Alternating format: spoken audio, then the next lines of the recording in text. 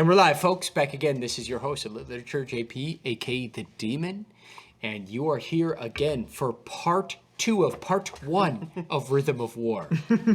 Part 1 of the book, and it's our part 2 discussion. That's right. Because we can't get it done in an hour because that's impossible. Yeah, because we spend a lot of time on stuff that doesn't matter. It could matter so much. I'm just kidding. It all matters. So anyway, as we might as well do the round table, and we'll leave Captain for last. Just Good cherries. Josh, how's it going? Brett, the director. Ben, the hitman. Eam the dream. Finally. And this time, the captain is coming to you live from the basement of the manor house in Hearthstone. Right now, it looks like Moash just slit somebody's throat. And, oh man, he's really upsetting me, guys. He's really, bringing me down. Really, really bringing me down. I don't know if I'm going to make it through this podcast, guys. This is bad. This is bad. Well, someone thinks highly of themselves. Yeah. Look who thinks they're Kaladin all of a sudden. Hands down, big Captain's beard. Kaladin. All right, so I guess let's, let's cheers. But before we cheers, I want to talk and remind that we do have the giveaway. We showed it in episode number 1. It is a poster from Brandon Sanderson's Kickstarter. Mm-hmm. We did get one. If you want it, we're going to put it up on Instagram. So follow that post on Instagram, subscribe. Comment, and, well, of course, subscribe, but hopefully you already are. But if not, do it. And then, because that helps us.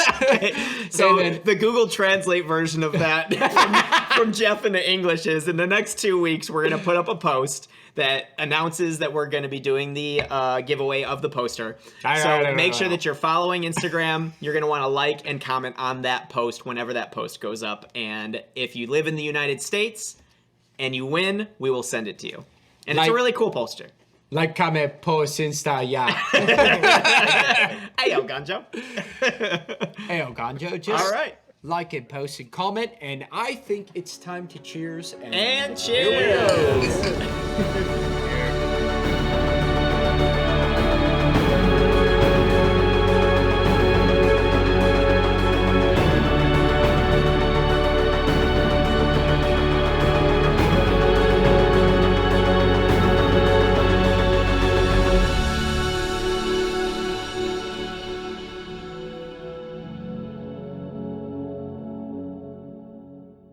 We're back. Okay, so, remember to, follow everybody else, but not me, whatever I'm saying, stupid anyway. So, we got to get back to this, though, because we left off last episode in a super, super intense conversation. And when I say that, I mean there's a revelation here. The hitman brought up that Gavilar himself, the Gavilar, killed by Zeth, son Villano, father of Elokar, brother of Dalinar, first husband of Navani. Maybe. As far as we know. Was in fact a world hopper and maybe made it to one of the other 2 worlds in this solar system? Cosmere? Yeah. In the Cosmere? Because it seems like Damnation was a planet that all the fuse go to, and they have a different name for it. Yeah, we actually have confirmation that both Damnation and the Heaven planet are both in this solar system and Tranquilin Halls. Yeah, there are 2 different planets, and apparently, I think it started with an A. I don't know if Fact Checker or Fact Checker 2 can check this out.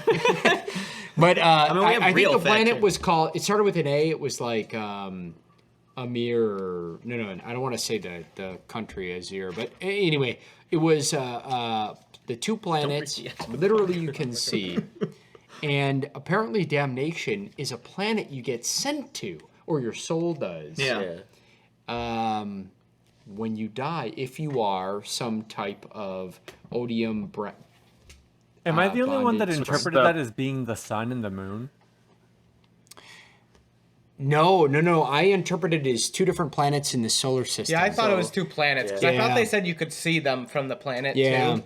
But I guess... Which is crazy, because is that like where they went to in between Desolations? Yes. Which is crazy because I remember the discussions that we had early on when we were doing discussions about, like, where is this place? So we kind of have a lot more information about exactly what's going on there. I don't know where to look. For the record, it is Ashen. Ashen. Oh, The name of the Tranquiline We now Hall. have a third fact checker. So we've got Ashen, which is a planet with the Tranquiline Halls. What about the planet that was Damnation? Did you find that at all, Captain, or no? So while he looks for that, I actually there was a comment that I wanted to make when we were talking about Navani before, when we were talking about like how we kind of got to know Gavilar a little bit more through Navani's point of view. Yeah. And there's a part of me that wonders if because Gavilar had all of this just extra world stuff going on. He's world hopping. He's going from here to there. He just understands it. He's kind of getting a little bit of a mind of a god where he's starting to pull back and see more of the picture. Yeah. And I wonder if that just made his relationship with Navani look small and unimportant. And that's kind of why we get some of these a little bit more harsh interpretations of him, potentially, because she felt like, well, I'm not important to this person's She definitely life felt anymore. that way. But what if, in his mind, he's like, oh, the universe is going to come to an end. And if I don't do this and save the universe, my family's screwed anyway. Yeah. Like, there is... Braze? Braze? Braze, that's it. Braze is the other planet. Oh, Manny, the true fact checker is back. So fast, so good. How do you feel about that? Dang. I know, I feel really dumpstered on. I don't even know why I brought my book. Yeah. You know what? If you only had your phone, it would have worked. But anyway, you know what's interesting about that is, remember, there's this scene this is the reason I don't want to throw Gavilar out to the dumpster right away. There's a scene in Oathbringer where Gavilar sees his brother Dalinar when his first son Adolin is born. And he said, this is why. You'll understand why you do so much more. He has like a whole comment around why it will change how you want to shape the worlds. I think he even says worlds plural around you.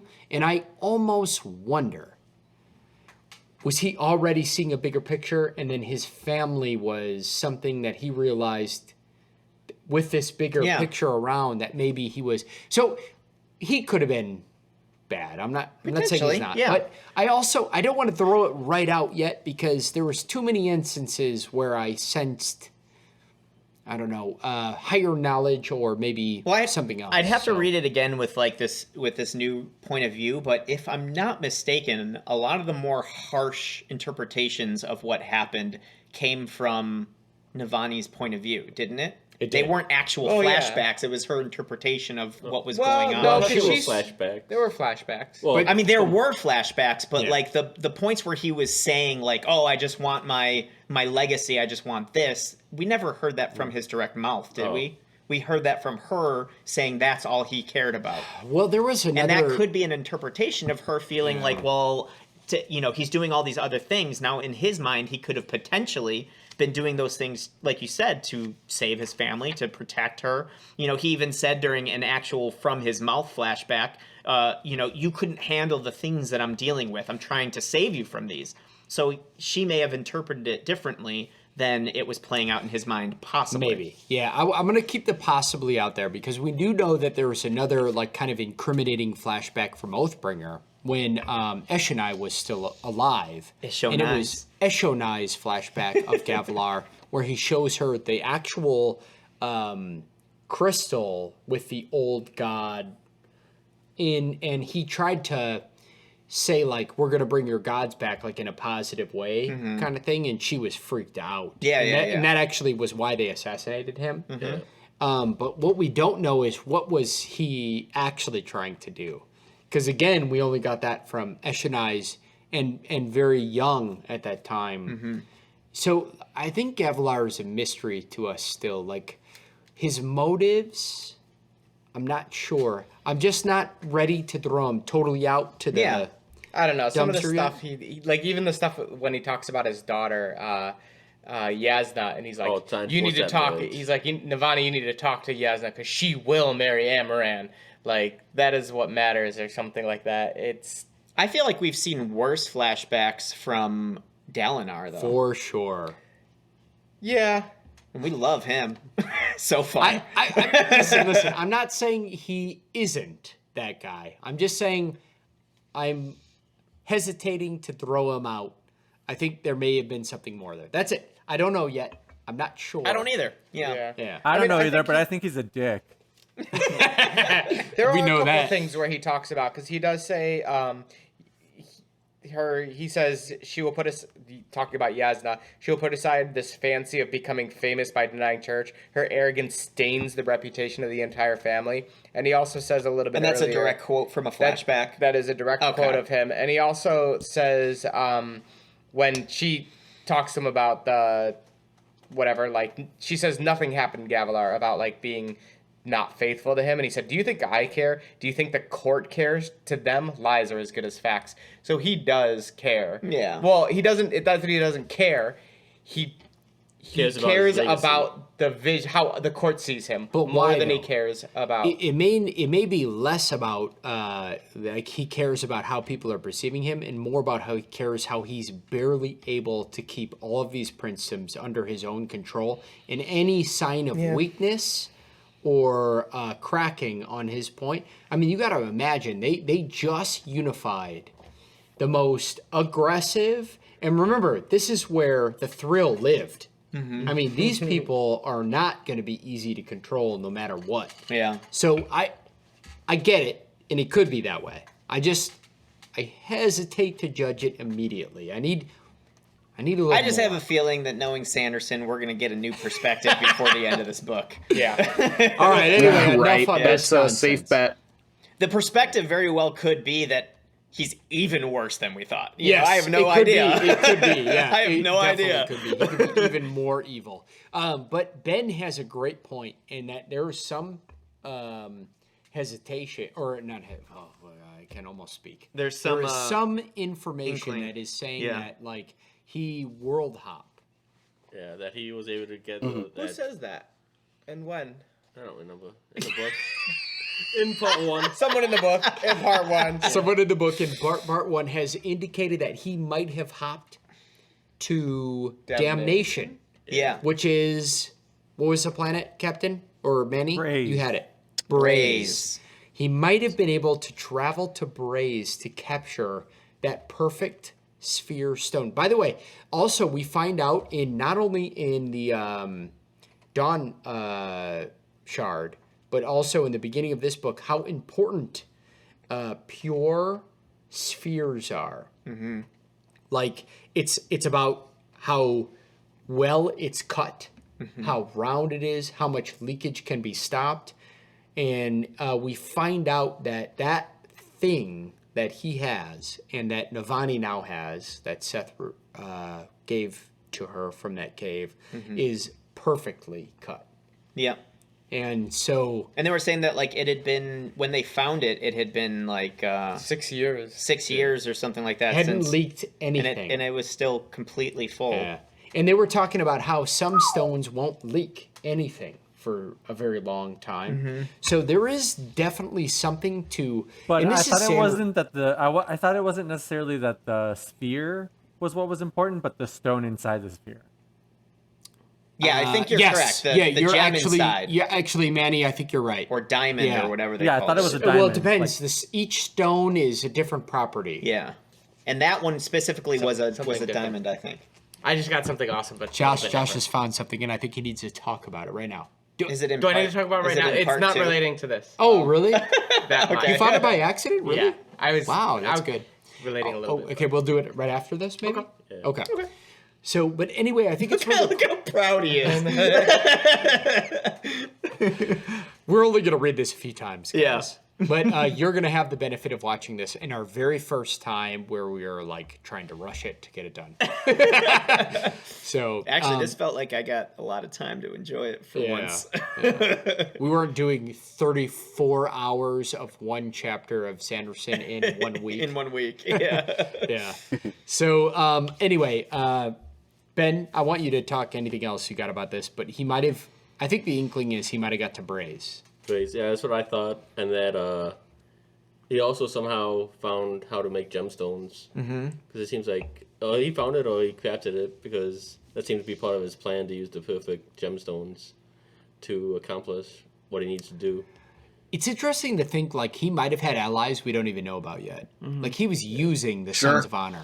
Well, I think it's definitely too going to tie into the Ghostbloods, because one of the things that we kind of learned about with the Ghostbloods is their whole maybe ultimate goal is to be able to take this power that's Stormlight and transfer it, and maybe even between worlds. It's not just in Shadesmar and this. And that's what Gavilar apparently is doing. He takes a power from Damnation possibly and brings it all the way back. Yeah. So that could be what the Ghostbloods' ultimate goal is. How did he do that? Because they want to be able to take things like Stormlight and bring it to other places in the Cosmere. Well, suddenly you know there's like a whole nother level of economy in this entire world. Like a whole nother level of economy. And so the Ghostbloods, you like that, even Shallan was questioning that. Like, they can't really be just wanting this. It's got to be bigger than they this. Kind of like feed it a little bit. Like, oh, it's. They find out because we find out in the last book that Stormlight's worth a lot of money in Shadesmar. Anybody could capitalize on somebody's pain. Yeah, he kind of is like, oh yeah, we could transfer it to Shadesmar, but like that even is small-minded. Like, so he gives like something Shallan can kind of relate to, like, oh, that makes sense,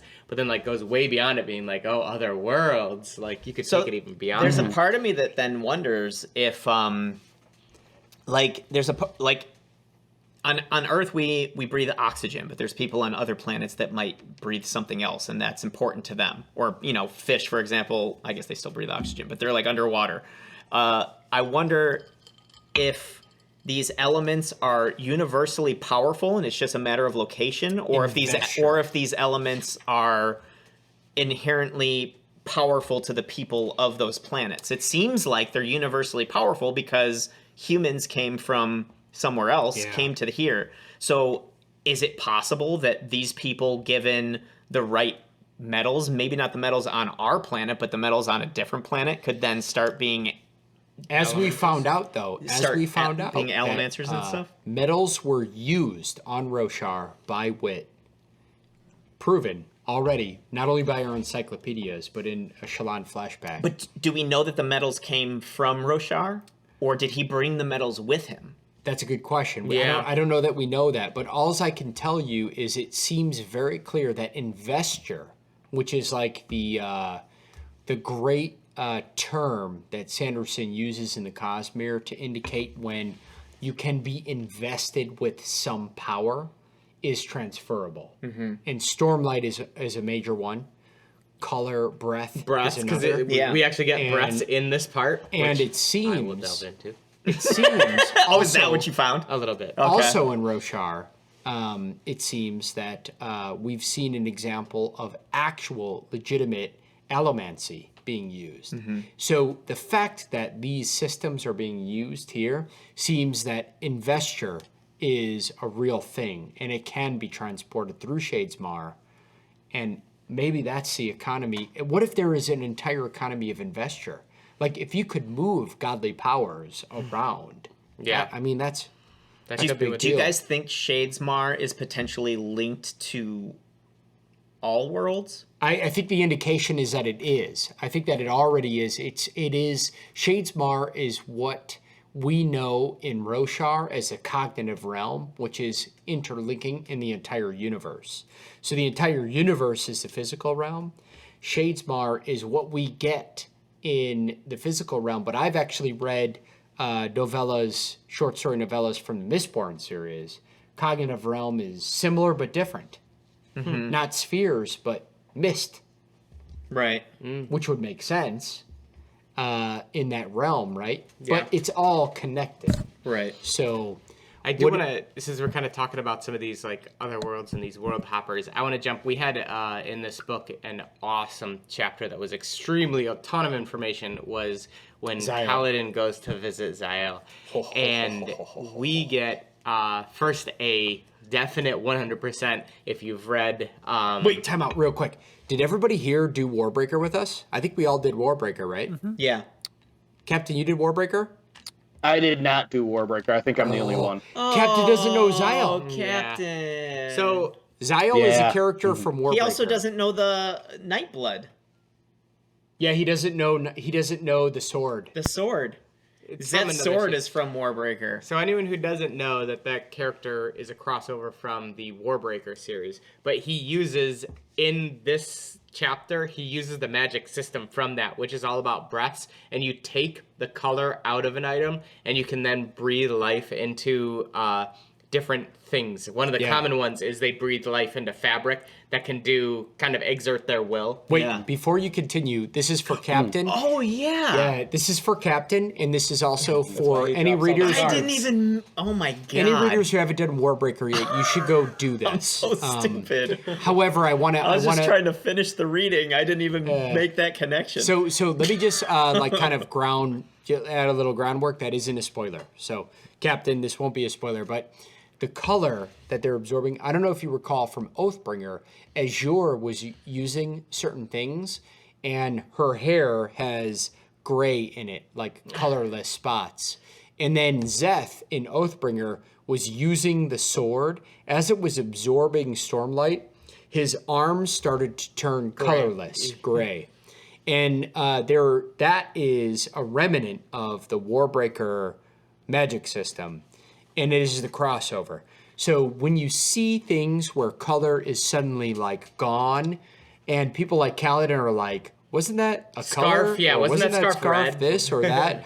These little comments are hints that somebody's using Okay, question then. a different magic system. Question then. Do you guys think that shard blades disconnecting a limb then is somehow related to that because it goes like dead and gray? Maybe gray could be the idea of something without soul. Because but you can breathe the life out of people and they don't turn gray. I think it has to do with the soul thing. Yeah. Because the idea there was like breathing part of your soul or your life into other things or taking it away. And so I think that's where that. Because could shard blades potentially just be transferring that part of you to a different realm, like into Shadesmar or something like that? I do think that Sanderson has an idea of a true beyond, because he's indicated many times that there's a true beyond. But I think that shard blades were designed specifically to fight literally like rock monsters and mountains that were, and so that's why it doesn't like actually cut your physical body. It cuts the soul of the body. Yeah. Whether that's in a mountain or something else. And so I think that ties to the cognitive realm. But when you do see that, I don't want to go like totally down the wrong spectrum, but we do see that a few times here. And actually in the Xyle scene with the moving sheets that look like faces. He keeps seeing faces there, and then he cuts it, and there's no one behind. Yeah. It's because the sheets are actually Xyle forming. was using legitimate magic system from another book. So cool. One thing there's a ton to unpack in this chapter, but since we were talking about Zeth, there was one thing in here that Ben, it's funny because Ben talking about the planet was mentioned somewhere that Gavilar had gone there. I was like, oh, maybe Xyle's the one that mentioned it. So I was reading this, and I reread one part that immediately I was like, I totally missed this when I first read it. So they're talking about the soul, how these guys they died at some point. Yeah. And then their soul is either so strong that it stays, but the power essentially replaces their soul, but their soul kind of like adapts to the whatever power they have, and they get to keep moving on. So he's like, when I died, I was drenched in power, so my soul escaped. It left a duplicate, a kind of fossil of a soul. That's how he's talking about how when he had died. So that's how he keeps going and how he's essentially immortal. And then Kaladin goes, you died? And he said, Xyle nodded. Happened to your friend too, up in the prison. Yes, he the died. one with the sword. So and we know what Zeth he did. Kaladin killed him when he fell down, and Niall he actually then turned essentially into immortal because his spirit was so devoted to this that he stayed and power coalesced around him to create essentially a new him. His soul, he actually died. He is now a immortal being, essentially. Maybe not but immortal, but one of these like people that can live longer. So he's remember he even said like, I'm not bound by the old.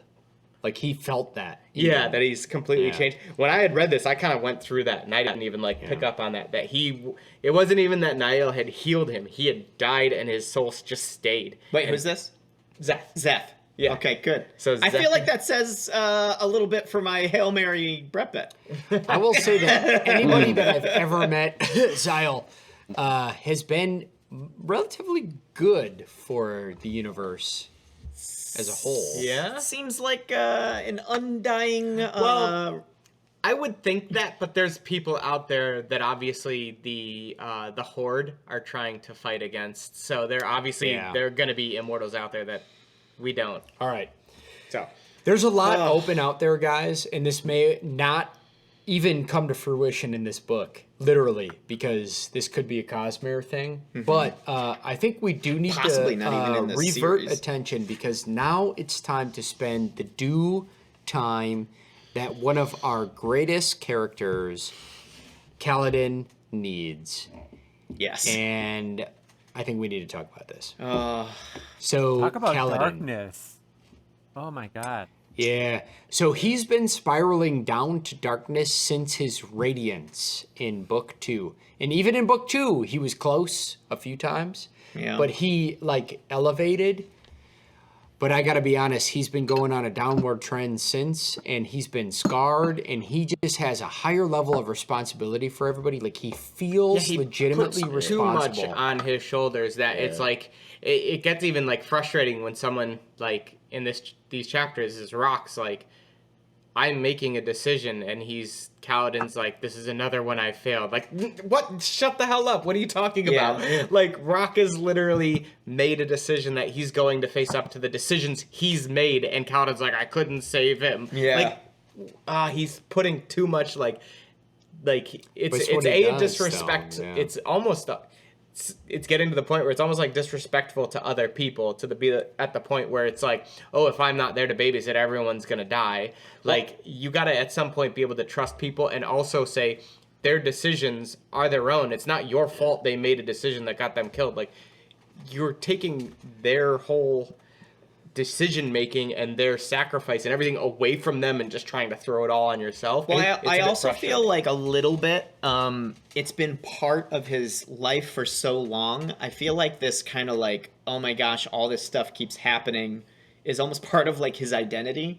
So he looks for reasons that these things that he's failing people. It's oh my gosh, if only I could have done this. And it's he almost doesn't allow himself to succeed. You know what I mean? Yeah. There's nothing he can never look at I did these good things. I've made, oh my gosh, all these people that were in Bridge 4 are married now. They have families. They have better. this. It's oh my gosh, look at this great stuff I done. It's always about oh man, if I only could have done this, if I only could have done that. I think he kind of, it's understandable, but just because of the positions that he's been in life, I think it's hard for him to identify as anybody that can look at something positively or be happy. If you think about the amount of people that he legitimately saved, or that if you think about, just look at the bridge crews who are all Windrunners now, may have families. Think about everybody that he saved, and yet his identity, the Shashbrand scars are still on his forehead. Mm-hmm. He doesn't view himself that way yet. I think I agree, Brett. I think he's so beaten down that even though he's elevated to such a level now, I was actually getting frustrated with him, but I couldn't even be frustrated with him because he was so damaged by it. I was how could you even say you're going to do this or that, or even be fighting? He would be so useful as a general to Dalinar in statistics and in just battle theory. Dalinar's not fighting on the front line anymore. Kaladin doesn't necessarily need to be valuable, and he just is so lost when he can't fight. I think he really is. He's struggling with the fact that he's done anything good. If you were to ask him and interview him, you would not get any of the good that he did. It would be how many people I failed. I feel like he's betraying his first ideal of journey before destination, because I feel like in his mind, like he's getting to a point where everything is all about the end, and he's like, oh, everyone's gonna die anyway. Like that keeps going through his mind, and that's even kind of how Moash starts to weasel his way into his mind by saying like, oh, you should just end it. By the way, because it's that all guy gonna was end creepy anyway. as all hell. Also, I would just But- also inject, and then you can continue, that I think he's also a little bit kind of betraying the life before death. I feel like he's like already in death. Almost. Yeah, like he's moving to a point where it's like he doesn't even care that like maybe Rock has like lived how he's wanted to, and maybe Rock is going at this point. well, off even to, he said, what did he say? He's like, you saved me. You know, Yeah. don't hold it against me if I want to use that life. Exactly. Yeah. And he's now like, oh no, all that matters is he's going to die and I'm losing another friend. It's like, no, like even if your friends now die, you've given them years of a year of extra life, like that they would have just died out freaking carrying the bridge. But We this all is- die eventually. Yeah. Every single moment that you can add to that is a positive. and that's what he's losing. Yeah. This is the beauty of his character, though, which is a testament to soldiers everywhere. Like this is a testament to PTSD, Yeah. soldiers, and everything that they're doing everywhere. And I have to say, I am so curious what his fourth ideal is going to be. I don't know. Yeah. If he ever makes It's gonna it. be like, I will keep protecting, even if I know it will damage myself.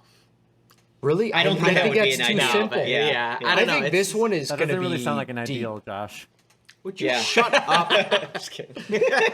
I think Captain might know. Josh is like, I will hurt myself to protect Yeah, others. what is your fourth ideal, Captain? Yeah. Mr. Stormblaster. Oh, boy, I don't know. Dude, that beard is the same exact color as your shirt. It's just- Yeah, looks like I'm like Every yeah. painting of Kaladin just reminds me of Andrew with a spear. I know. In longer you hair. have to dress up as Kaladin for like Halloween one year. That would be like fun. literally the Shash brand, and that's it. You're good to go.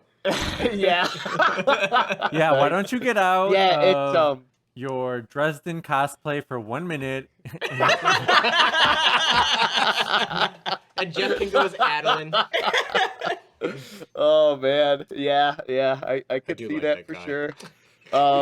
I did. Yeah, like man. that. It's tough. I don't know about. I don't have any theories about Kaladin's current trajectory, but it was really upsetting to see Kaladin gain this kind of duplicitous inner mindset when Dalinar was gently giving him the news, I'm relieving you of your duties.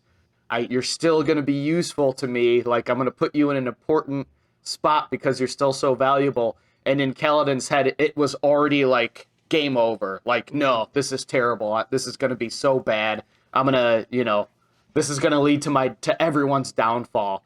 And there was one point too where Dalinar said, there might be a chance that, given time, I'll put you back in a fighting position. And Kaladin just kind of had that self-defeatist mindset where he's like, no, this is just never going to happen, and I know it's not going to happen. Yeah. So that was really upsetting to see that as a reader.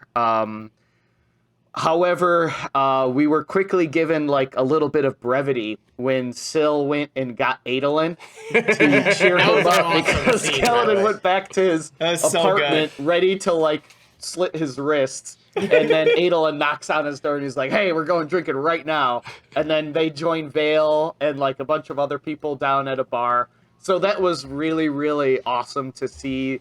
There was an extremely dark moment that really kind of brings you down. And then it was very quickly uplifted by Adolin's insistence. Like, no, you can't be alone right now. I have to applaud Sanderson so much on that scene, because reading that scene, I was almost like drawn in that moment when Kaladin was like marching through and just smiling at everybody and talking about how it's there, and he gets in his door and he doesn't even make it anywhere else. He just slides down immediately, and there's just like agony Spren around him everywhere, and Syl's gone. she went and immediately, and she said she could only get 2 people. There's only 2 people who won't be intimidated by you. Because he's so intimidating. Yeah. And, you know, when you read from other characters' perspective, you kind of understand why Kaladin can be so intimidating. Well, yeah, of course. And look Adolin at his is one. bleeding face. And He's really good at hiding a lot of this kind of like self-doubt that he has. You know what I mean? Like I'm sure he comes off as very like much larger than life to anybody outside of his head. So I do love the 2 characters who aren't bothered by him in the least, Adolin and Yasna. And to be honest, the way that Sanderson wrote both of those characters, I believe that instantly. Yeah. It's like, you know, Syl went and she's like, well, I could only get 2 people that wouldn't intimidate away. Out of the way. Yeah. And the reality is I'm like, no, that's right. Yeah. It's also funny because like Adolin like really should probably be intimidated by Kaladin, but because he was born a Light Eyes and he met him as a Bridge boy. It's like, no, who's gonna be my bridge boy? That's what he said. You're really coming along, little one. If we go out drinking, who's delusional. gonna be? I have only got 1 bridge boy. Yeah. Who can call Kaladin Stormlight bridge boy? And the funny thing is even though Stormlight. Oh, my bad. the funny thing is that even though it is like a little bit kind of like condescending and like not true, like it doesn't matter that he's a bridge boy. He's an amazing I think Adolin human. knows that clearly. Adolin knows that, but it's like I mean, you need people like Adolin in your life to just keep you in check and to keep you on point, you know? And one of my favorite moments in that chapter was when Adolin kind of like outwitted him a little bit. And he was like, oh my gosh, even this idiot's outwitting me. That was when he was like, how would you, or he was talking about Shallan. He's like, how would you diagnose Shallan knowing a surgeon? And he's like, oh, you can't leave her alone. And he's like, really? Oh my God. I love that whole scene where he comes in the door and he's like, oh, fine, I'll leave you alone. Give it to me on an oath that I should leave you alone right now. Give me the oath. Just give it to me. He's like using the honor Spren thing, and he's like, I can't. yeah. All right, let's go. I understand. Like we've talked about many times, old habits are die hard. I do. It did not frustrate me. That's not the word, because it's like it's hard to take anything Kaladin does and not at least understand it a little bit. Yeah. I can't even imagine going through the things that he's been through. But in that moment, his first thought after all they've been through was, look at this Light Eyes taking everything from me again, when Dalinar first told him. I loved that scene because Dalinar left his hand there and he said, why? Why am I different? Yeah. It's like, I thought you were different. Because I care about you. Dude, why am I different? The leader I thought you were different. Why am I different? That was such a perfect thing to say, too, because the leader that didn't care would have kept him in battle. You are so good at what you do, I'll just keep you in here until you fucking break. Yeah. But Dalinar didn't do that. He did what was actually good for him. Yeah. There's a part of me that feels like, unfortunately, Kaladin probably would not have reached that point of understanding what he was saying, even if Dalinar said, why did I do that? If Syl wasn't there. If Syl wasn't there, I don't think he would have had that realization, and I think he would have like went back into his old Light Eyes hating ways. But I feel that the Spren are grabbing you because of your potential. It's almost like she knows what he can be, and she's almost in a way there bonded with his soul to help him be the best version of himself. Yeah. Which is like the beauty of what I'm seeing that to be the beauty of the Spren bond in this book. Because, like, what do we not have? Well, unless you're deeply reflective, you can go through life just demolishing. And it takes a lot to be, like, deeply reflective and kind of, like, meditate on those mistakes of life. And the Spren is like a great bond. They almost take that pain and they take that potential and remind you of it in that instance. Which, well, I feel. Sorry, go ahead. Yeah, no, I was gonna say I feel like the relationship between between not Windwalkers. What's the broad term? Radiance? Radiance between Radiance Radiance. and their Spren. I feel like it's very kind of like symbolic of just partnerships in general. And even though theirs isn't romantic, it's like the two of you together can accomplish things that you could never do on your own. You know what I mean? So like whether that partnership is husband-wife, husband-husband, wife-wife, friendships, really close friendships, it's like when you have people that are close to you, you can accomplish things. And Syl in that moment helped him accomplish something that he wouldn't have been able to do on his own, which is understand that Dalinar didn't have his non-well-being in mind, he had his well-being in mind. You know what the other thing that you see is in the Spren, as they choose a human, it's because they're attracted to a certain type, but they're not attracted because they're the same. Syl, in my opinion, would be literally the opposite of Kaladin. Playful, joyful, curious, like all of these like strange attributes, but there's something bringing them together, but yet they're like mirror reflections of each other almost in certain times. If you have the same strengths, then you're not enhancing each other necessarily. Exactly. You got to balance each other out. And so I think that the Spren are attracted to certain things, kind of like the same way that Pattern. It's funny because Lift and hers. Yes. What's her? they're like Wendell. polar Yeah, opposites. they're totally Lindell. She's all Windle. Windle. Oh my god, Totally Windle. opposites, and Windle's like, no, why are we doing? You know what I mean? We haven't gotten a POV of Windle since, Not in this book. since the novella, right? Yeah, not since the novella. Yeah. And, I want more Windle. Yeah, but the same thing I think with Yasna, like it's really interesting because when you hear the POVs between Yasna and her Spren, you could tell they're of one mind, yet there's like sometimes a counterbalance. Like, I don't know if you guys remember that scene, but Yasna was about to kill Renarin. And her Spren, the Ink Spren or Dark Spren or whatever it is, he was like, do it. Like, this is, whatever, you're logical. Just do this. And she chose not to. Yeah. She broke logic at that time. There's like a balance between the two. And I'm finding, and same thing with Shallan and Pattern.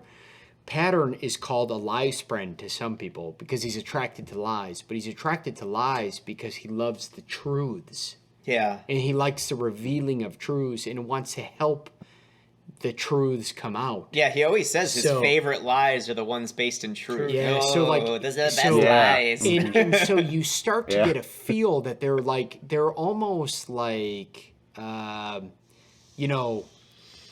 just like two pieces to the puzzle. And can I say really quickly though that actually goes a lot to say what Josh was saying about I think Josh, hopefully I'm not getting missed out. Yeah, Josh was saying about the fourth potential personality of Shallan. No, I know. And maybe Pattern got attracted to her because she was already lying. Listen as a though, kid. but they even hinted. Veil and Radiant have both mentioned. I'm on your side, baby. Veil and Radiant have both mentioned that there is shadows growing in Shallan, multiple But I think there's personalities. ones that, yeah, because So, I don't thought know. that too at first. Like maybe it's one of the shadows, but I think that the shadows are gonna come. There's a probably secret at some one. point. There's, Yeah. I think there's literally one that we know Anyway. nothing about. Where were we going with this? Kaladin. That's where we're going with this. Now that we've talked about Shallan for a minute. So, Kaladin, by the way, it's really interesting to see the battles that the Windrunners run with the version, the Odium's version. They're what are they? The sky. They're sky. The heavenly The heavenly ones. ones. That's it. Yeah. I did really appreciate that Zigzil didn't need to die. That was so good because Zigzil would have died if Kaladin didn't let that one go away. Yeah. And I did like Kaladin's logic because they are just going to get reborn. Yeah, and they keep their abilities, whereas the Radiants, they can not be reborn, but they can. The Spren can go get another Radiant, but that Radiant that has to be trained. There's way more time involved. So he's like, "This is our advantage. Let's keep this." So let me ask a question. Did you guys get the feeling that when he said to Dalinar, it makes more sense because we come out ahead, because we don't get reborn, we have to retrain people, and they just get reborn? Do you think that was him coming up with a explanation for his behavior in the moment, or do you think that was actually his motivation for letting them live? I felt that when he did it in battle, that was not his motivation. That was not I his think it was just motivation. being He couldn't honorable. kill them anymore. Like what's the point? He came up with that after Yeah. the fact, right? Like Yeah. he came to it and realized like we were actually coming out ahead. Yeah, I think he did it like spur of the moment to be like, there's just so much bloodshed. Why do I have to kill them? They're just like, what's the point? But then he even thought, like, what would be the point? Like, I'd kill you and then you'd be You reborn. just, come back again. But I was like, Gavilar, to be honest, I would rather leave you permanently wounded. yeah, exactly. I mean, but the thing is, though, is at some point, maybe I'm remembering it wrong, but at some point there's even precedent to show that he's starting to kind of feel like he's understanding them a bit. Because he mentioned, Definitely. you know, maybe we can team up. Maybe we can bring them to our side. Maybe we For can. sure, because he's starting to talk to them with about them for a while, and he Yeah. cares for them, and understands that they're like living people, just like the human race. I Yeah, think they absolutely are. I think what we're seeing in this book, which is I think bringing back to showing a main character or a character being more human or more actual real, and for our perspective as a reader, is the internal conflict that Kaladin has is something that's totally relatable, especially for his age group. Like, where I think people don't have a lot of direction as to where they're going, and there's a lot of things that they're good at, but they don't have anything that defines them. And I think what he has and he's struggling with is his self-identity. And because he doesn't see all his strengths, but other people do, he's consistently conflicted with, what am I going to do if I don't fight? Because he thinks that's the only thing that he's contributing in terms of to his, I don't know, his close friends and The family. effort. You know what I mean?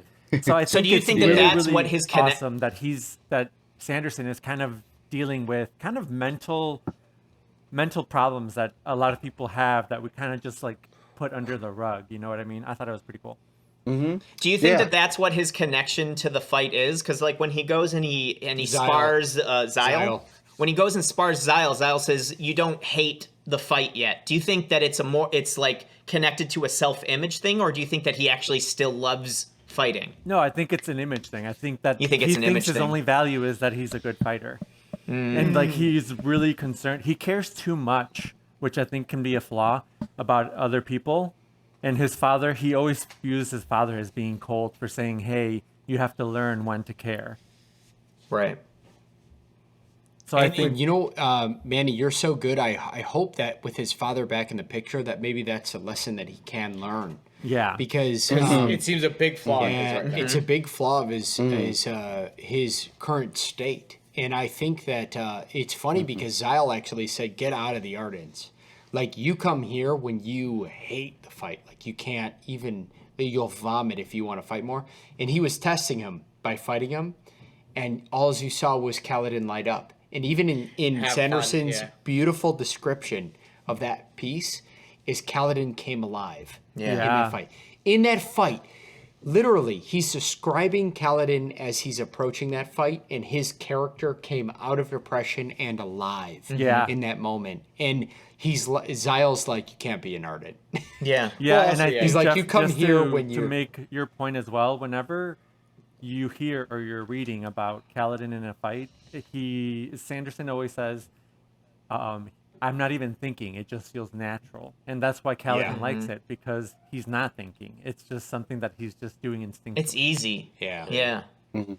He's So- doing what he's good at. Yeah. He's going to have to find the balance where he could match the mind with the body and the instinct and like pair it all together. But and that's what I think in this book this will be. At least I hope Kaladin gets the fourth ideal in this book. Yeah. Because we only got one more book to get to the fifth ideal, and I want to see that boy get to the fifth ideal. Yeah. As far as we know from what we've heard from other people, right? Yeah.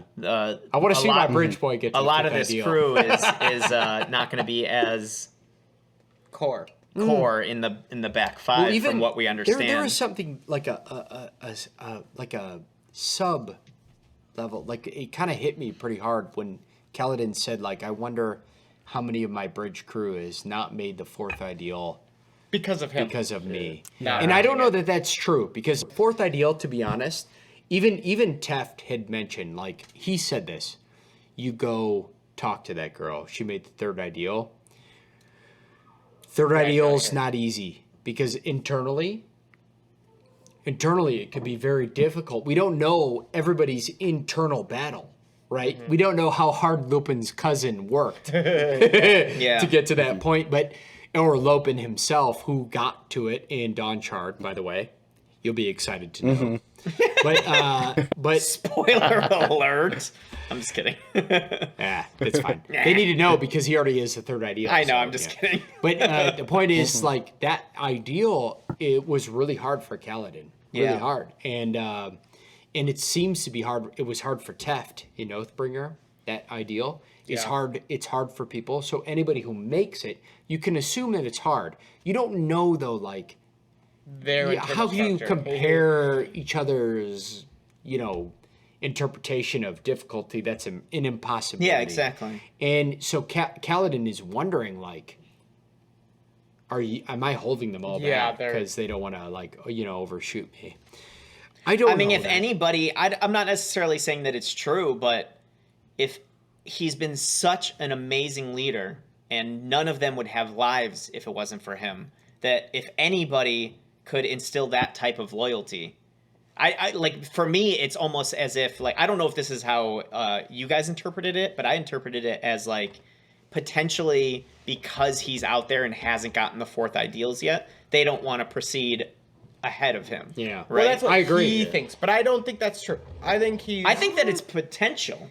I'm not saying that I think it's true, but I think it's potential because they're very loyal to him. They are, but I think he's again putting, like, he seems to do this a lot in this book, where he puts his, like, almost a bit of too much of a woe is me. Like, yeah, that's true. He totally takes anyone else's. I don't want to say totally. What it feels like to me is he's taking everyone's free will away and being like, all of their, anytime any of them die or anything happens, it's my fault. Yeah. Which totally discounts the effort that they do, what they're actually, the decisions that they're making. If one of them chooses to give their lives up to save Kaladin 100% would be like, this is all my fault. It's like, you're just taking away their decision that they wanted you to live or something like that. Granted, that doesn't happen, but no, that's how he would react to that. It feels, I agree with you. I think he's putting himself in a point, like, almost like he's degrading himself. And I think he's like, oh, the only reason these people aren't, like, better is because I'm such a failure. It's not him. They're all, I think it's showing he's putting all this weight on himself when it's like, they're great people that probably some will make it to that point, but it's not because of him. I think that's a bit, that's the one piling on. He's throwing everything on himself. That's the one thing I wish you could learn from Adolin in some ways. Because Adolin and Dalinar, all of their men that they cared so much about, I mean, many times have been lost. They feel bad.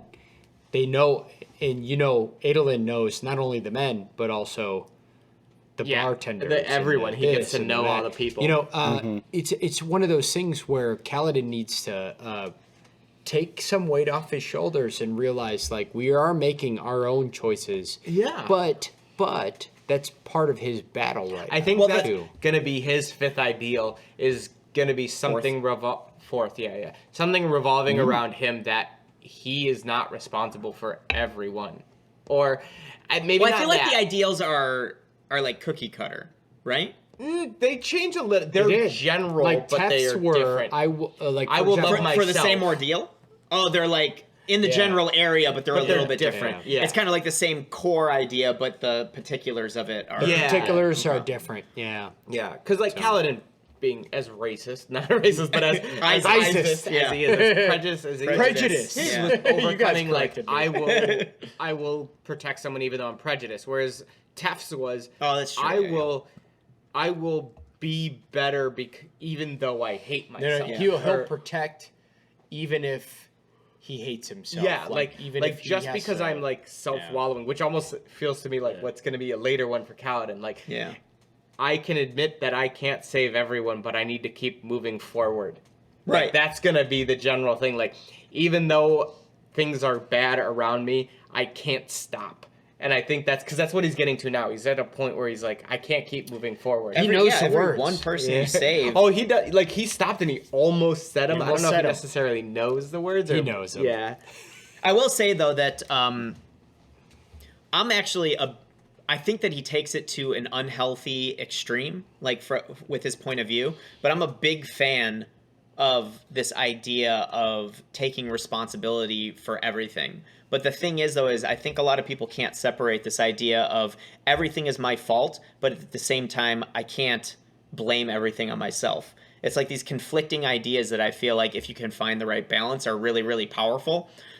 Because if you assume everything is within your, not like control, but if you assume that everything is, if you assume that everything that you come across, you have to maximize it to what's within your privy, within your ability to control or to affect, you can do a lot of growth. But the thing is, though, is that there's no way to make a perfect world. There's no way to save everybody. There's no way to have everything work out exactly as it is. So you need to find this perfect balance, which is really hard, of, yes, everything is my responsibility, everything is my fault, but not everything is my fault. It's like these weird conflicting ideas.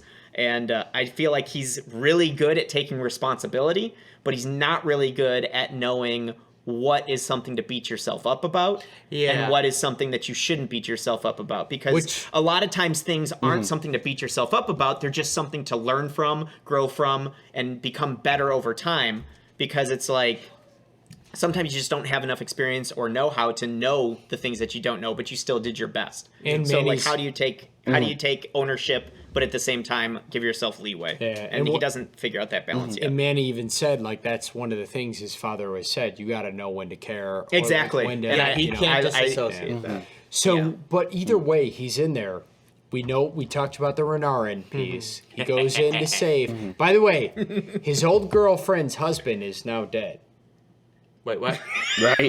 What? Yeah. What?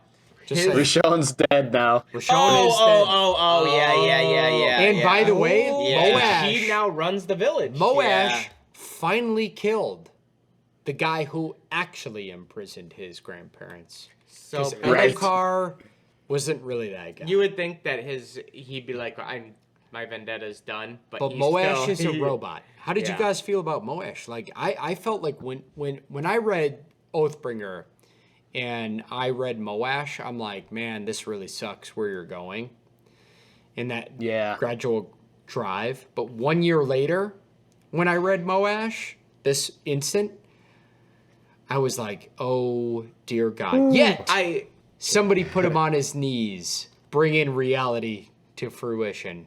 Yeah, like, what was the whole thing with him? Because there's definitely a sense that he's gotten some power from somewhere, like the way that he was able to dim, like, the connection between Syl and Kaladin, or the way that he's able to prey on people's like mental insecurities is just like crazy. Wait. I have a thought there, though. Yeah.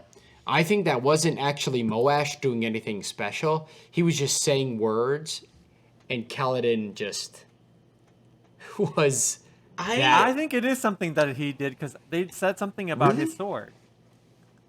Well, he has a herald sword now. Yeah, he's got herald sword, which could do something kind of similar to like the knight sword or whatever. I think the dirty secret is Kaladin was that close. Like, Syl's like, you need to get more sleep and you need to do this, and he's just, I think he's like, why did Moash have such an impact on me? But if and that was just, the case, then why would Renarin coming have been such a quick transition into it?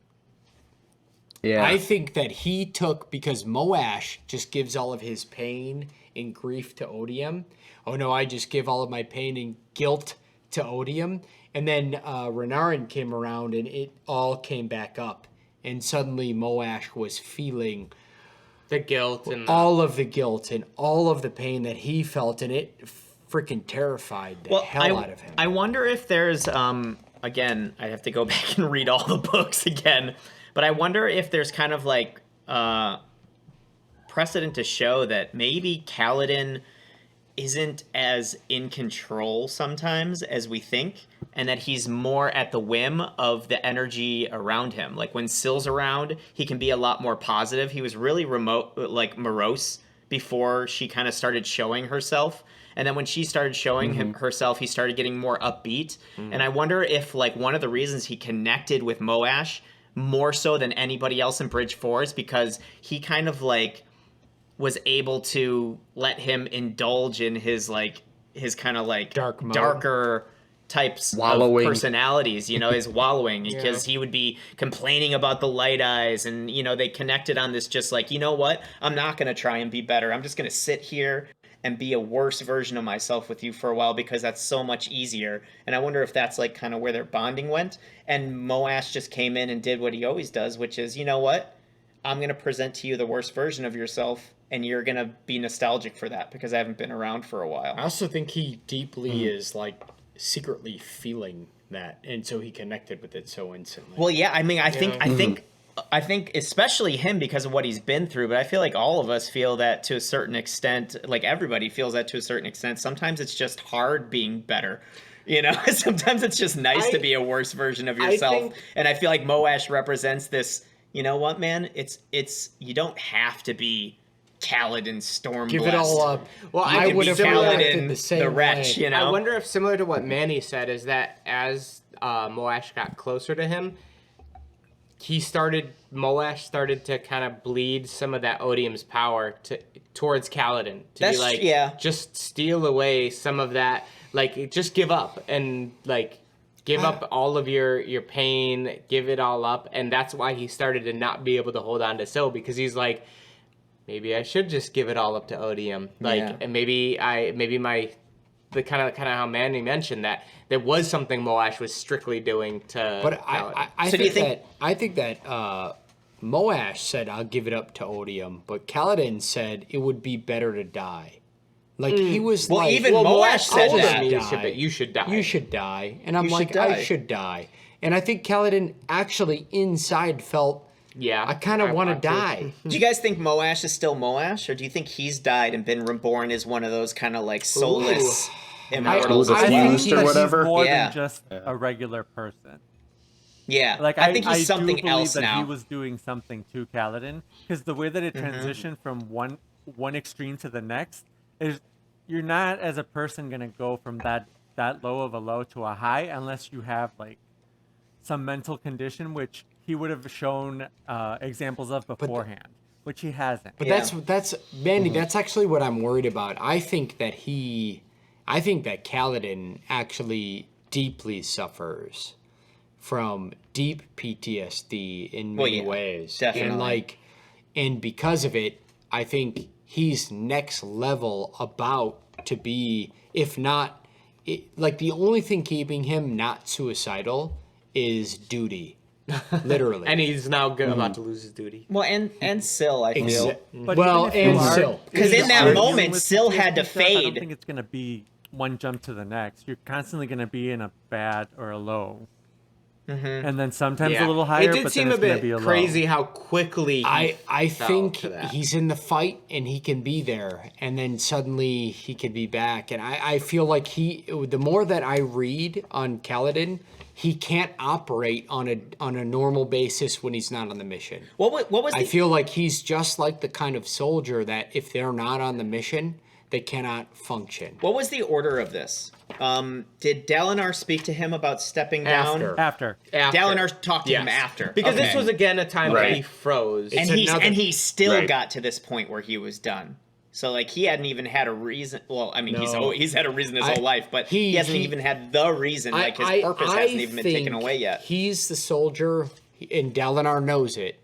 I think he's a soldier who he can only function on a mission. Yet certain missions push him to the point where he freezes, and therefore he's in a very, very dark spot because he could only live while he's on the mission or fighting, and yet he freezes, and so now he's a danger to his men if he freezes. And he doesn't always freeze, but if the right circumstance comes up, he could freeze. And I think this is a real dark spot, a real spot, because it's a combination of I have to be on the mission to live, yet I also am a danger to my boys when I'm on the mission, because if I freeze, they could die. And then you take on Kaladin's weight of all responsibility. All responsibility. And then suddenly his freezing isn't just his death. Yeah. It's everybody in the squad's death because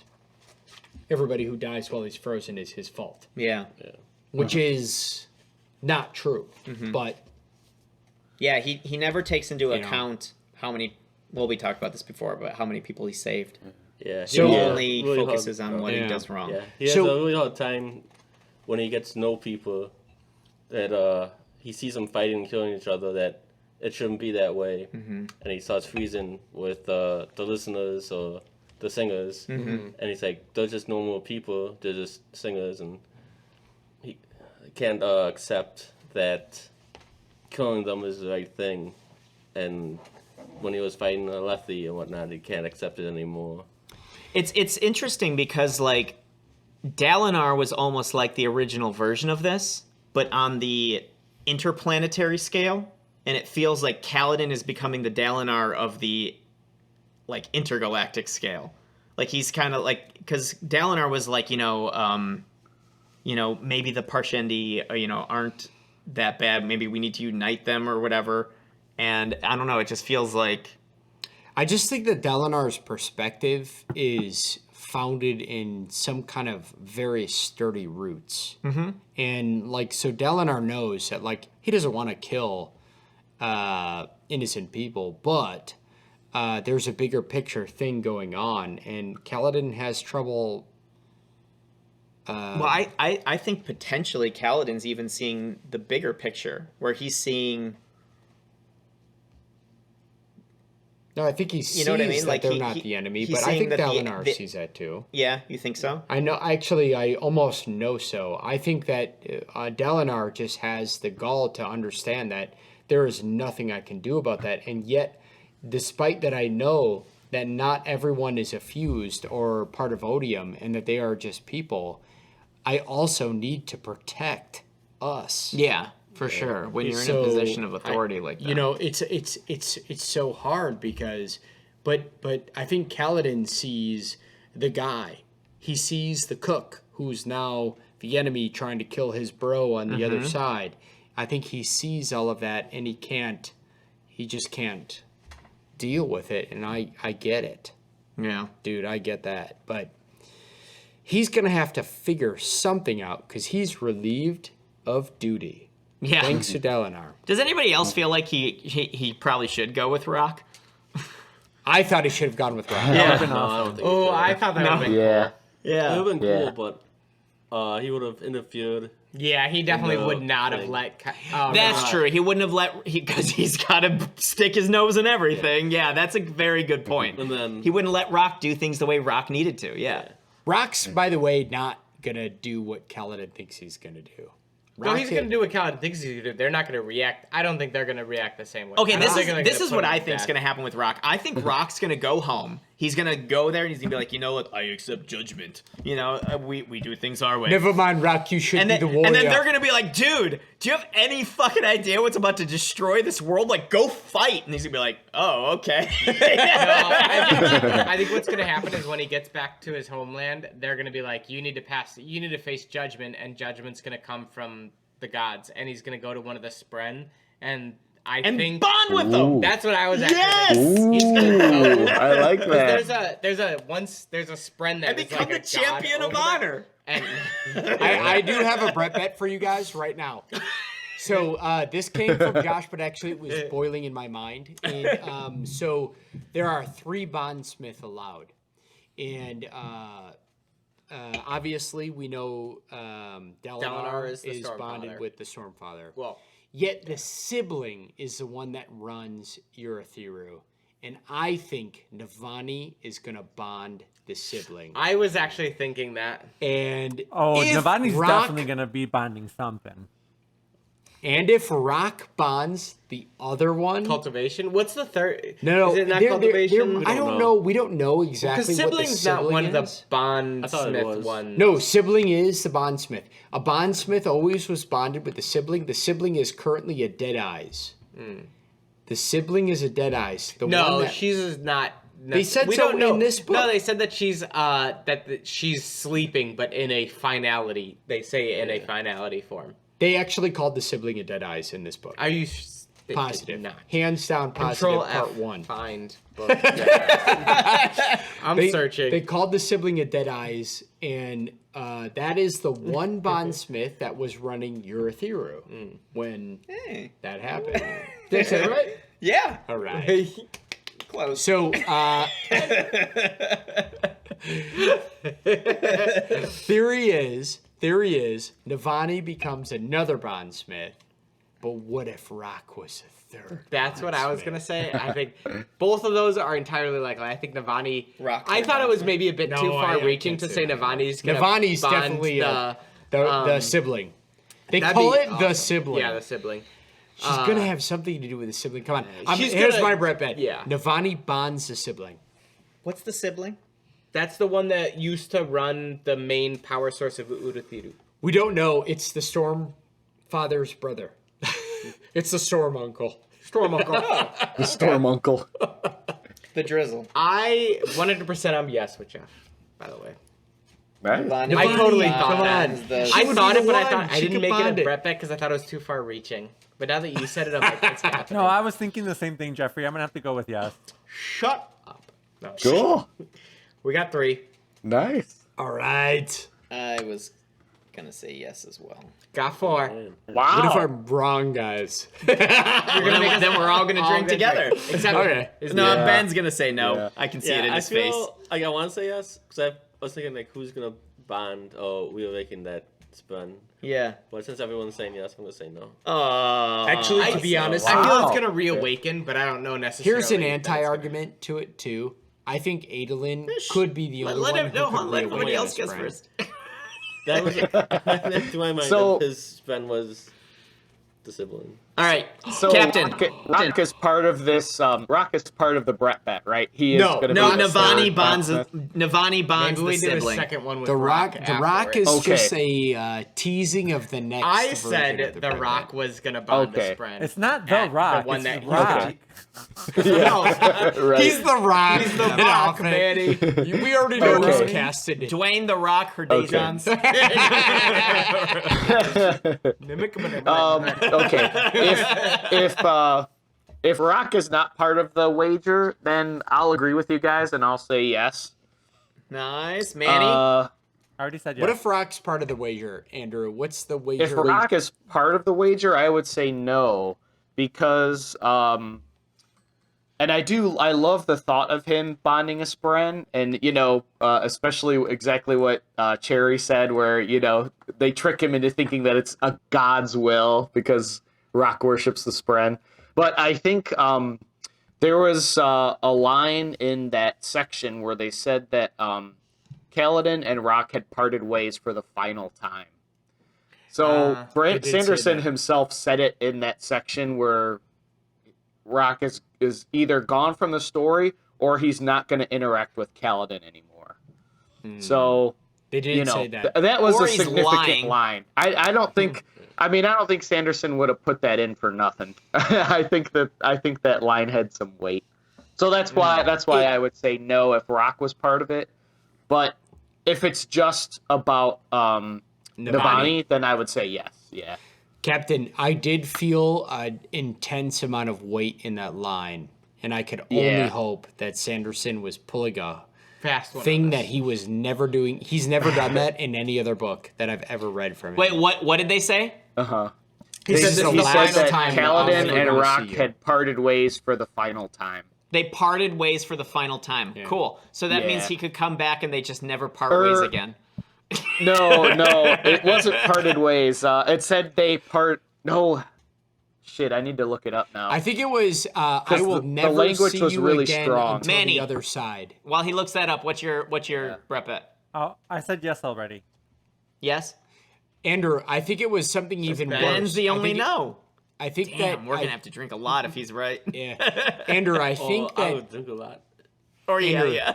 I think that he said literally, like, we will not see each other again until the other side. Like, it was something like, Yeah. we're not going to see each other until Until Shadesmar. Yeah, I mean, that's possible. That's definitely possible, but... You dirty Sanderson. I've never seen Sanderson, though. I do have to admit, Captain, I'm not saying he can't I don't start. remember that line. I probably would. I'd agree if I remembered that line. I'm not going to say that that Sanderson seems very can't final. change his ways, but Yeah. I will tell you that I was distraught when I read that line. To be fair, he me has too. killed Me a too. character before and then brought them back to life because he fucked up. So That's true. He did do that. that's what I heard. I haven't checked Interesting. this myself, but apparently there was a character that died in the very first printing of The Way of Kings that wasn't supposed to die, so they reprinted it where he didn't die. Really? Yeah. Whoa. I just heard that. I don't know if it's true. What if we do let's to add on to that, I'm saying a Brett bet, and granted, it's not exactly the same as what we talked about, but I think that Rock, back in his homeland, is going to have to stand before their god Spren for judgment. Oh, which might be another one of the 3 bondsmiths, Brent. I'm not necessarily saying he's going to bond a Spren, but I think he might have to stand up and face judgment from... I think we're going to get What a if his chapter people from are Rock. as crazy as the Shin? Yeah, I don't know. I'm thinking we were going to get a chapter from Rock returning back to his homeland, and part of his punishment is he's going to have to face against or he's not faced against, but he's going to have to answer to the Spren that is there at his homeland. The god Scar Spren. went with So them. to go back to what Andrew was saying, though, I think there's a possibility that Sanderson just wanted to play with our faces and make it seem like Rock was going to go home to I die. found the line, Andrew. Oh, Yes. nice. What's the What line? was it? What is it? Dream. It says, he tapped Kaladin's head, airsick as always. He grinned, bowing in a sweeping, differential way Kaladin had never seen him before. Following that, Rock retreated to meet Song at the door and left. Forever. Yeah, that's not his final. Left forever? That That's sounds not- final to me. No, he's coming back. Left Uruthiru Yeah. forever. I don't All think right. you guys realize that final in Herdazian means I'll be back in a little bit. No, it's forever, not ever. Well, Rock is not Horn Eater. Herdazian. He's not- Horn what Eater. is he? He's not Horn Eater. Herdazian. He's Horn Eater. Yeah. That's what I meant. In Horn Eater. Yeah. Final means I'll be back in a little bit. All right. I hope so, because I love Rock as a kept saying character. Herdazian. I meant Horn Eater. He's awesome. I love him as a character. But it just seemed that, for whatever reason, that just carried a lot of weight. And I'm like, oh, shit, man. It also- He might I be think it was like... supposed to. He might be like even though Rock is leaving, we know that nothing terrible is going to happen to him. So he'll just be kind of, brushed aside as a character and we'll focus on other guys. But I don't think there's any way that his family is going to be still in the mix. Like his daughter and shit like that. I mean, I don't know. He did talk about how, like, They make their own choices. they make their own choices and stuff like that. It really, I mean, it could be He his also final did appearance. say, "You saved me. Don't hate me for living my life and doing." Yeah. what you, Yeah, that's like, true. I mean, you know. maybe he just goes back and he's like, hey, I just want to be a cook, Well, no, I just he's, want to chill he's here. literally going back to offer himself up because he broke their traditions. Yeah, he, I broke the don't. law. I don't think they're gonna And kill fight him him. off, though. I don't think All that right, he's gonna. Brett bet. Anyway. We'll just stop this conversation. Okay. Rock back will have- or Rock not back. Ooh. Wait, No, hold no, on. no, We have that's to do not the Brett Josh's. bet. Rock will have to stand to God. That is such a deeper Brett bet than my back or not back. Yeah, well, because But it was said first. All right, I'm a deeper person.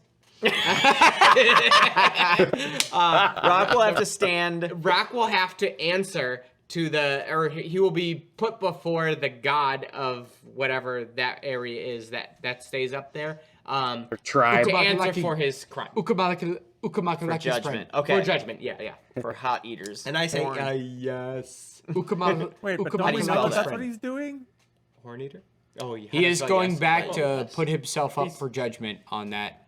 Well, it could be his village or the elders. He's going back. No, but the village is gonna. He's saying the village is going to put him in Put him front in of front the of the god. god. He says that and he's going gonna have to to get judged by God, by the gods, not the the god villain. that's up at the top of the Horn Eaters. Yep. He says, "I go to It's the either yes gods. or no. There is one who lives here. One, Afaliki. He is powerful god, but tricky. You should not have lost his flute." She's telling him like, "I'm going to be judged by our god." Oh, Yeah. wait. You should not have lost his flute? Yeah. No, exactly. that was Wit. different. That was different. That's So not it's the one. Wit? No. He said there's one that lives here. Yeah. And you shouldn't have lost his flute. Yeah. Correct.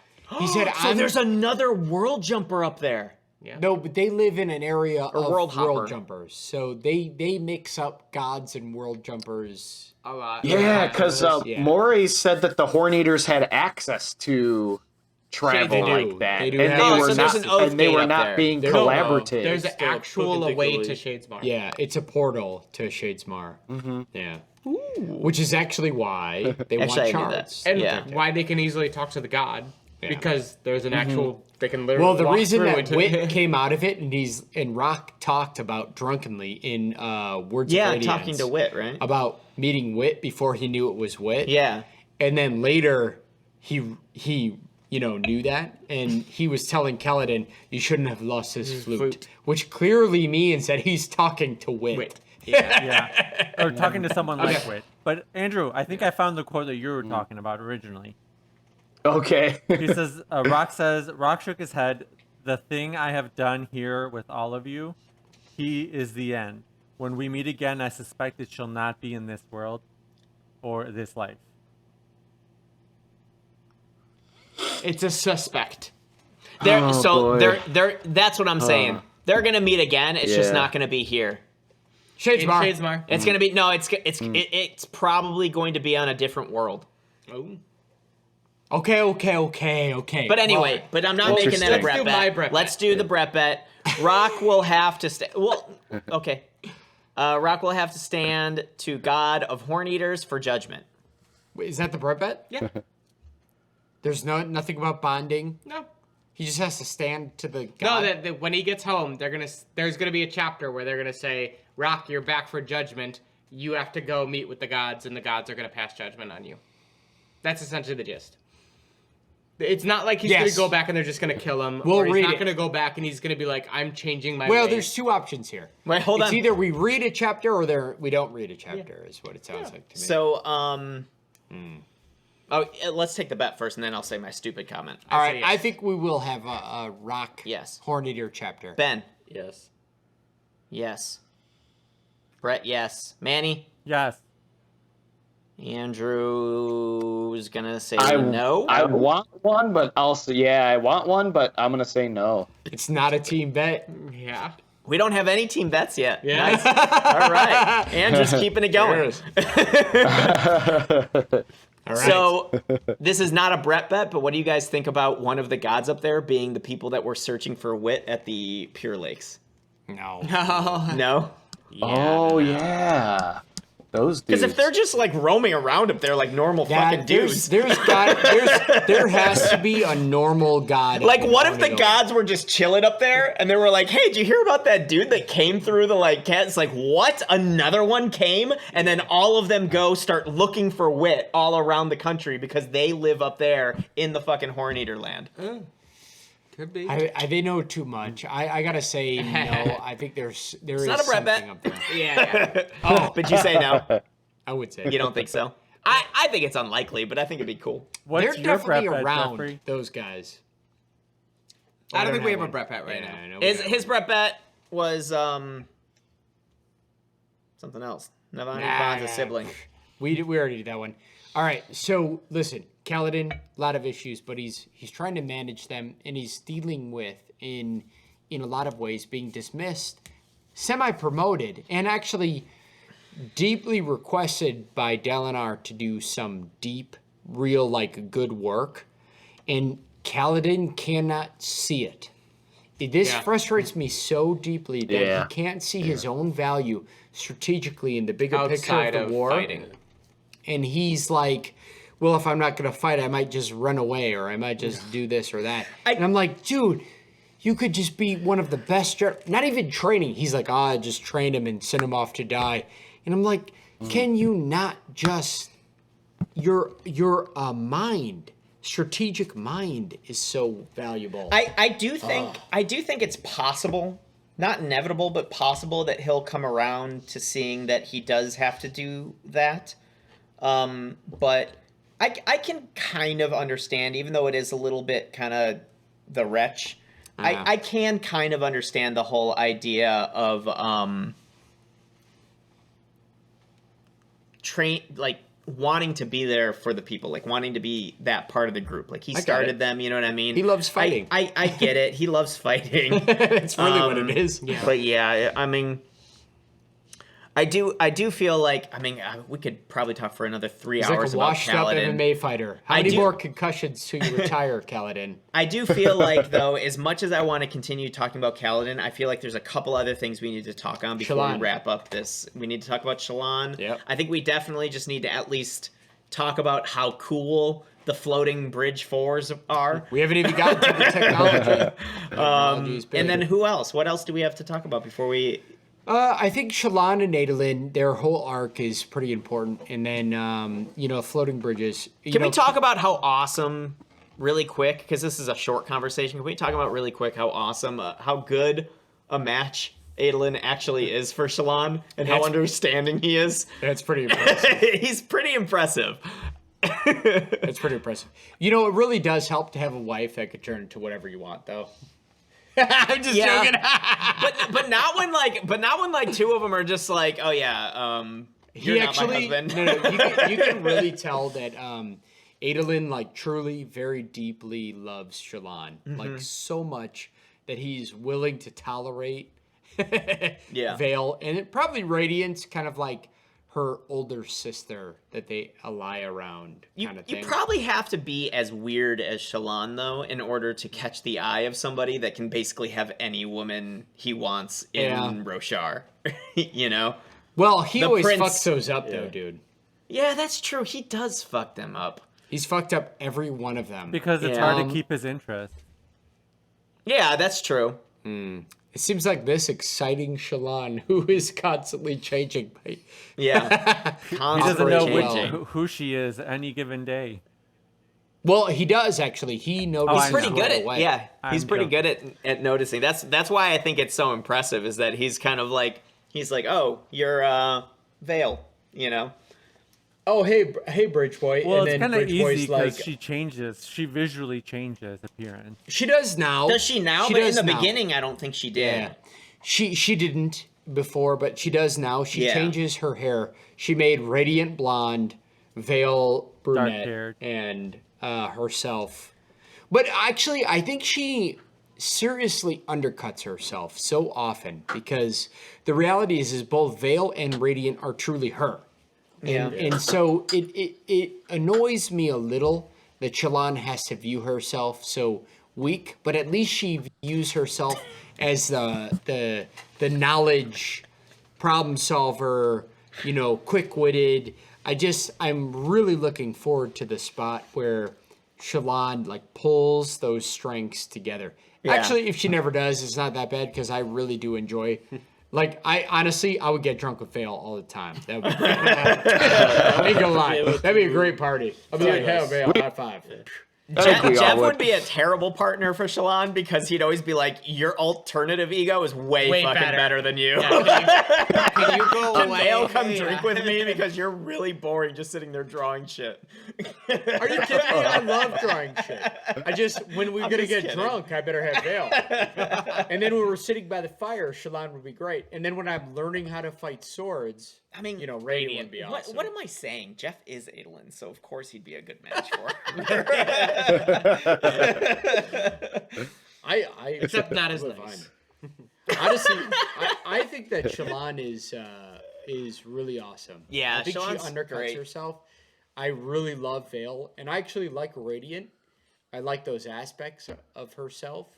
So I think whatever's happening I feel like her real growth is going to have to come from her finally just like sitting down and dealing with the things that she's suppressing. There is something else we have to talk about though. The reason why she created the other two is because she doesn't want to deal with she doesn't want to deal all her energy. And as one of her personalities starts realizing what she's hiding, she has to create another one to be like, oh, what's going on? So here's the problem though. The reality is that we thought that all of those Shallan revelations, it's not even close. Yeah. I mean, there is shit that we are like, so what is it? That is my thought. I do have to say, I was a revelation. Oh, sorry.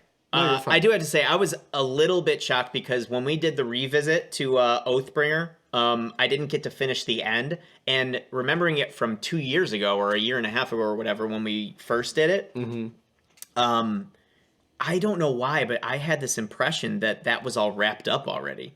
So like when we came into this book, because I didn't finish the last book, which is when I thought it was wrapped up. Yeah. I was actually a little shocked that she was still in her split personalities. I thought that all kind of got resolved. She's not just still in them, but she's actually gotten worse. She's gotten worse. Well, it's more stable, but they're more actual separate people. No, they are stable because they're like high-fiving each other, like tag team. Yeah. Your turn. Yeah, exactly. I need a break. Yeah, who's best at the situation at hand? Yeah. Right. They talk to each other too inside her head. Yeah. Yeah. So- We should probably let Shallan out right now. She's better for this situation. Literally compartmentalizing different aspects of herself so that she's able to still function because she doesn't want to consistently have to deal with her past.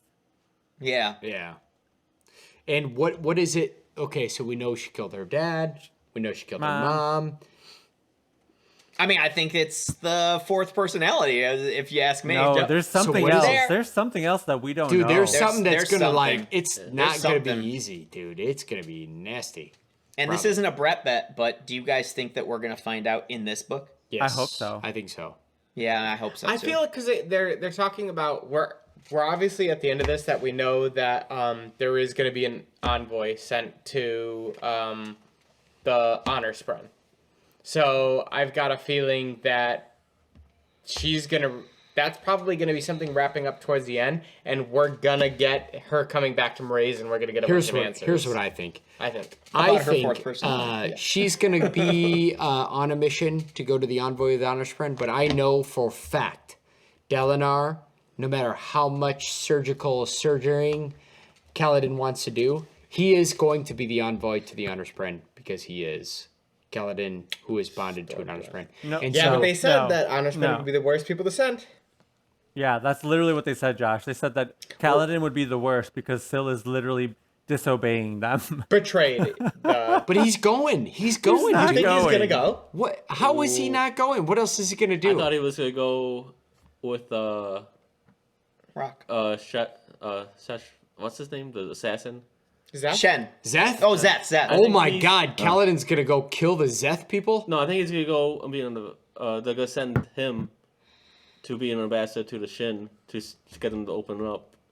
That was one thing Dalinar mentioned. Yeah, he did mention No, that. I think I don't see. I think Kaladin's gonna stay behind while everyone goes to war. He's gonna be forced to stay behind, and he's gonna be a pivotal part in the attack on Udathiru. And he's Think so?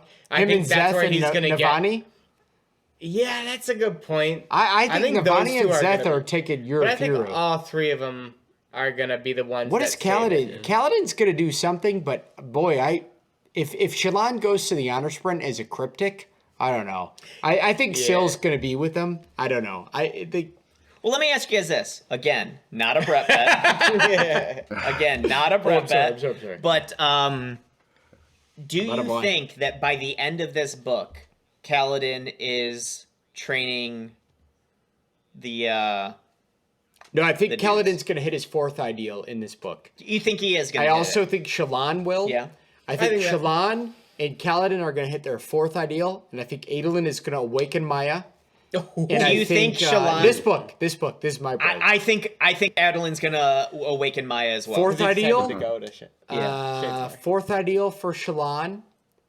I actually think Zeth might hit his... I think we're going to have a lot of fourth ideals this book. No, Zeth is going to is going to watch Dalinar die, Oh god. and then he's gonna be like, "What the fuck do I do?" And then he's gonna be like, "Let's go kill stuff." And he's gonna be like, "Hey, speaking sword, that's a great idea." Let's go kill stuff. and then him and Zael have to fight to the death. And then he's gonna get his oath stone, and it's gonna fit right into a little hole that's been there the whole time that we never ever heard about. I do want to change topics briefly because I think that we need to focus like a little bit of the end of this onto a great piece of information that we haven't touched on, which is all of the fused, Really quick. all of the will shapers, and all of the essentially the singers. Yeah. And their society. That's but before that. That's fantastic. I just want to say one more stupid comment before we do All that. right, while you do that,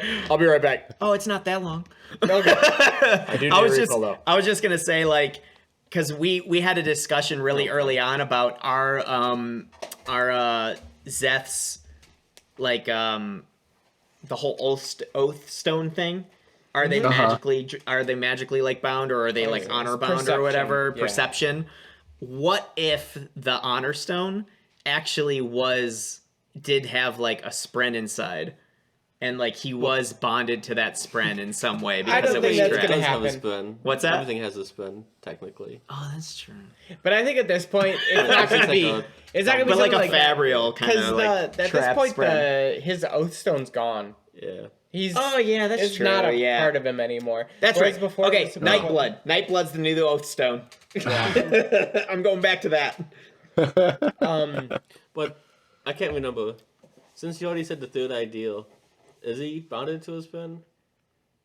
Yeah, he's got a whatever they call him, high Spren or Spren. whatever the Skybreakers. So how can he have Nightblood then? He can have two swords. Can he? yeah, I mean, the Herald had two swords. He had his Herald sword and a... Yeah, that's true. It's not. Yeah, we don't really know much about Nightblood, right? It's not a Spren. and it doesn't cry or scream. Yeah. It sounds like when people hold it, because I think Lift said that, like, or because Lift held it for a little bit, but it's not like the same as the dead shard Yeah, blades. I mean, Dude, I so badly want to know more about Nightblood. I really want to know like where he's from, where it's from. Oh, they made it in Worldbreaker. Oh, that's Yeah. right. God Vastra I need to and read all his these books wife again. made it. Yep. But why does it speak? They invested it with like a 5th level. So Investor. yeah. Remember, I he's need second you level. with me when I'm reading. Yeah, let me make sure I put some money in those stocks because I need to be an investor. Yeah, right? I need to be an investor too. So I think I need to read all these books again. I know. Well, real quick before we end though, we did get a lot about the singers and actually Odium's culture and the Nine. There were some very deep moments here, and I think before we kind of end, we should probably at least mention these. Definitely. And I think it's super interesting when they talk about like a few things. The 9 changes. It's not because it can change. It can change. Like the Yeah. one Step fused down. was supposed to like step down because she couldn't keep up as a 9. But also, it's like they start to really touch on, especially mental from, sanity. Yeah, what's her face's Leshwe.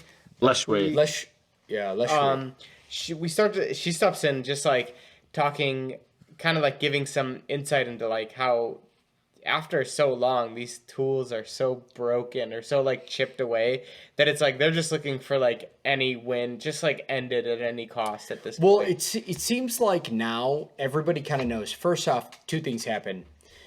The one guy, like what the Heralds did, happened to be probably the best thing ever. Because they left the one guy who could last 4,000 plus Forever. years. Yeah. And humans got a lot of technology. They're actually more technologically advanced to some degree Yeah. than the ancients were. And there's a part of me also that feels like they had to know that, right? That this was the perfect storm desolation. That this guy could probably last. they the were- longest. they You don't definitely think did so? not. They I think were it was- broken. They You were don't think so? broken. Because he up till that point he was the only one that is never broken. Well, I that's think- why they were like, "This is kind of the best situation." That's what I'm but saying. But it was all They had to- weakness they on had their to part. know. Yeah, It no, wasn't like a. I agree. I Good don't. thing. There was nothing good about it. Like they were literally like, we can't do it anymore. We're too weak. We have to leave. He was the only one who died. This is the perfect opportunity. Yeah, for their weakness, it was the perfect opportunity. Yeah, that's what I'm saying. And granted, it might have turned then into the best situation, but I think they weren't like, this is like, we're doing this for the greater of Roshar. That wasn't their thought. I feel like one of the reasons that they were able to give into their weakness is because they knew, this was the perfect storm desolation where the strongest of us is the only one. No, I agree there. They decided, like, we're going to throw it If it was there, any, I feel like if it was any one of the other ones and the rest of them were alive, maybe they would not have given into that weakness. I don't necessarily know, because I feel like they were getting back and they were like, oh, so he's the only one to die. Like, literally, it was like 8 of them had already left, or 6 of them had, like, left. And they were like, we're just not doing it anymore. Only the last one to come back said the that, last though. one, Kalak or whatever, was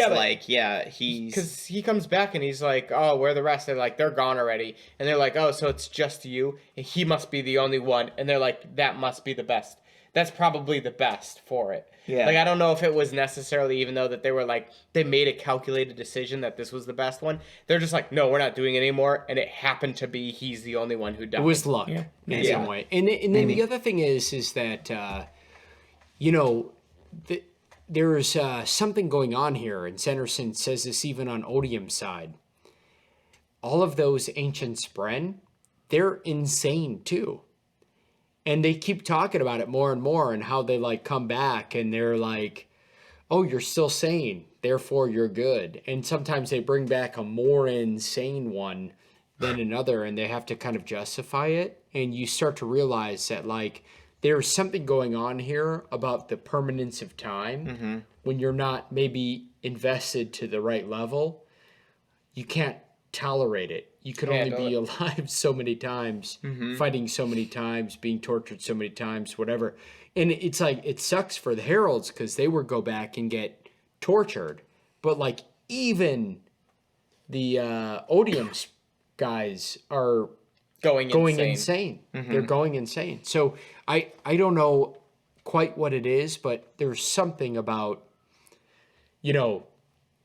this cycle of over and over and over again. I mean, I don't know. I mean, you guys see the movie The Groundhog Day? Oh, yeah. It's like, how many times can you do it before you start to crack? Like, what if you were doing that for 10,000 years? Yeah. I mean, I don't know. He did it for a long time, but like, you could only and live even a though day they're so seen many as times. gods, they're just men. Yeah. So I think there is something deep there that's going on, but I feel bad for the Heralds right now. They're all cracked. Well, and it's crazy too. Like, that's one of the things that they reveal in this book, where it's like, oh, we've had them. They've been with us for like the last year, at least 2 of them. And like, we've pried some information out, but it's like, man, they kind of followed with Yasna. It's like, we need to find them. Granted, she wanted to kill them when she found them. But originally, though, she was thinking that it would start the cycle, but we know that's moot point broken now. But still, like, they've got 2 of them. It's hard to say on their side, but they're there, and they're still like, oh, we don't know all this stuff. It's like, oh, they haven't gotten the Herald's answer to it. Who's going to be the first Stone Ward? We don't have a Stone Ward, a character that's a Stone Ward. I don't know. We have a whole group of edge dancers. Yep. Maybe like 40. We've got a whole group of some of these other Spren, but we don't have any Stone Wards. We don't have any. Well, we don't have any Skybreakers because they all left. They're Well, toast. we've got Zeth. Sad. Are the Dustbringers? Are those the Single so far? That's Single. the one for Teravangian. Yep. Teravangian that's has right. this- Yeah. But actually, when I was reading about Dustbringers, I don't think that they would all align with Teravangian, truthfully.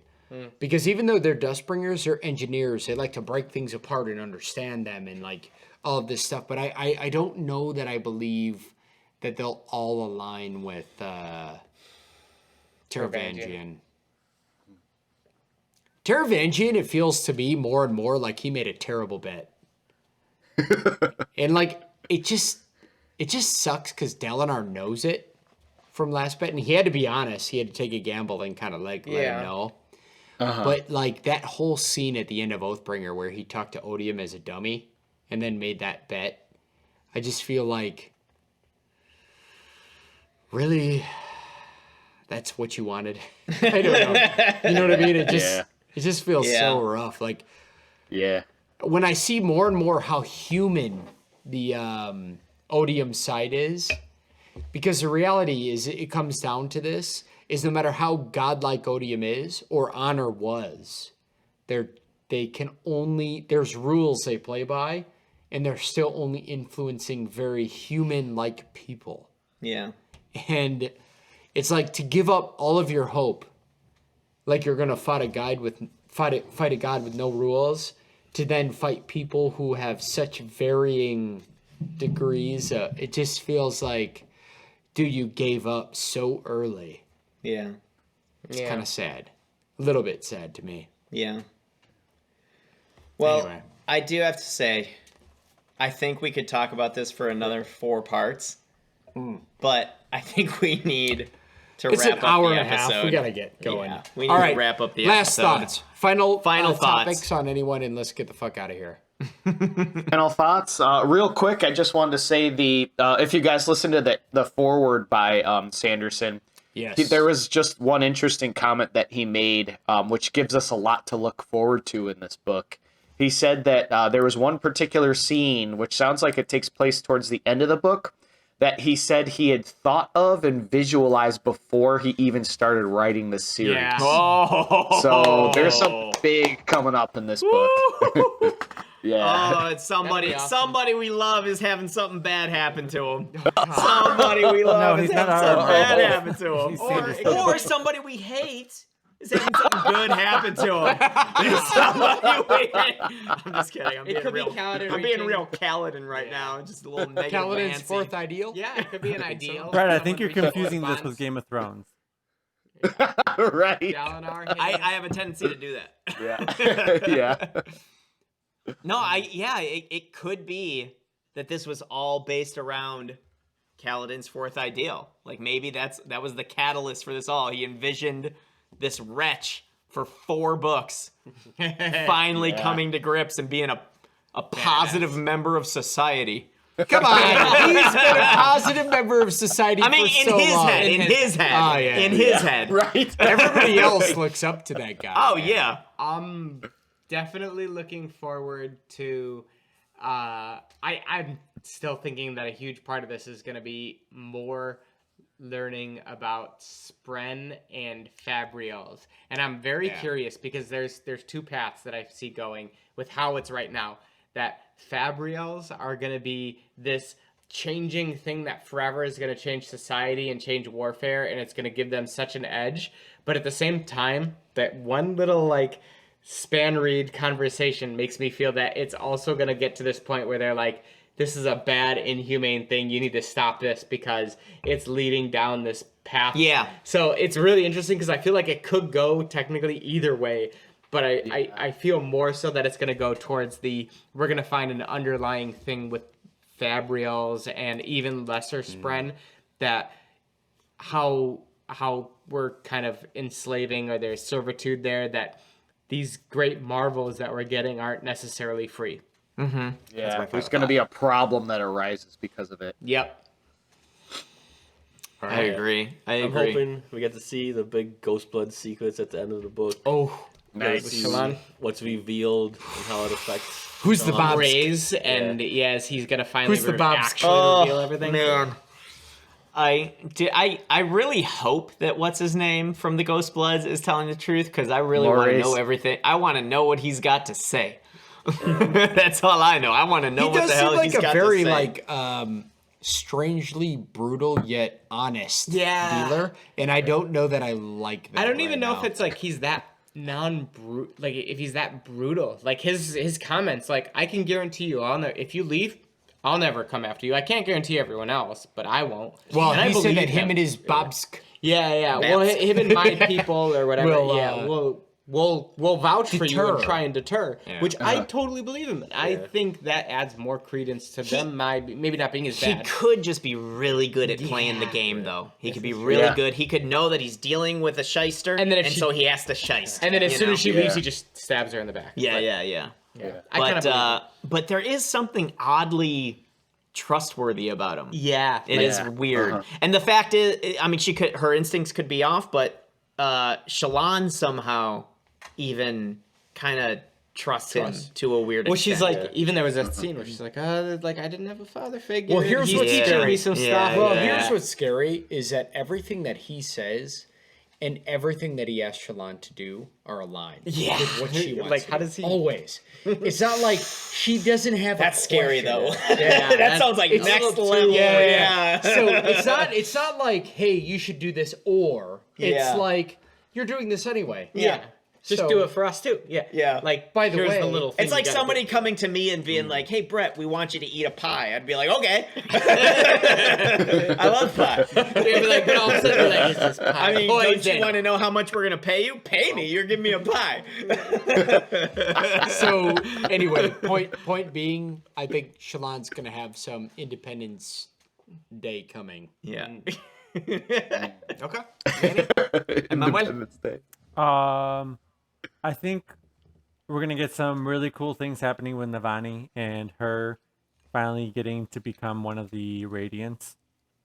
I'm hoping that we get more Renarin because I'm really excited about seeing more about him. And then I'm gonna have to agree that I think Adolin is gonna finally get his Spren to come back to life, or his sword to revive. I think that's coming, but I'm really, really hoping that Kaladin kind of gets over this hurdle with his internal conflict, and he kind of comes into a good place where he kind of stops being so Bitchy.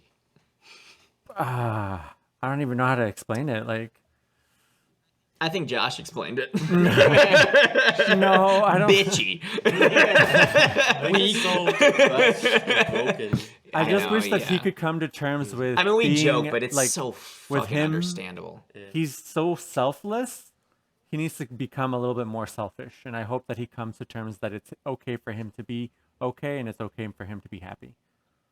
Yeah, I agree with you, but I'll rephrase it a little bit in the sense that I don't think it's necessarily that he needs to become more selfish. He just needs to become a little bit more realistic and not just put everything on himself that's and pretty much realize what I that meant, you can yeah. do the best that you can do and still fail. That's And not that's a not necessarily your fault. It's just part of growth to becoming the most effective version of yourself. Yeah. It's kind of like when Dalinar was, remembering that he torched his own wife by accident in one of the things, and then turning to alcohol and then turning to alcohol and all of that stuff. And Yeah. they even talk about it in this book where he released the book just For to do everyone it to read, for yeah. everyone. Like this is my book. Yeah. And everyone was like, can you imagine? They didn't even talk about it. They only hinted at Adolin reading that book and being like, oh shit. Oh shit! You killed my mother. yeah. Like they only hinted at it. It hasn't come. I think that maybe is his personality to some extent, like understanding his own father. But like Renarin, we don't know about that. We don't know about half of it. But if it was anything that we were reading in Oathbringer, if that's what was coming out of it, then holy fuck, those guys got to be feeling that. It's so important though, because I really don't think that it's possible to truly change until you've really come to grips with and accepted and admitted your faults, the mistakes that you made in the past, no matter how disgusting, no matter how reprehensible they are. And Dalinar until had to do that, until yeah, for you sure. release that, let people know this is what I've done. That person is dead. I am a different person now. You can't really become that person because you're still kind of holding this secret, this lie, Yeah. So I think that was essential. And even though there are parts of me, just because I feel like Sanderson wants to make me go fucking insane, there are parts of me that make me worried that he's going to turn Dalinar into something bad. I feel like things like that make me feel like he's heading in the right direction. All right. Well, I think we can rest here and talk about part 2, which is going to cover Shallan, Adolin, Kaladin, Navani, and Venle. Oh!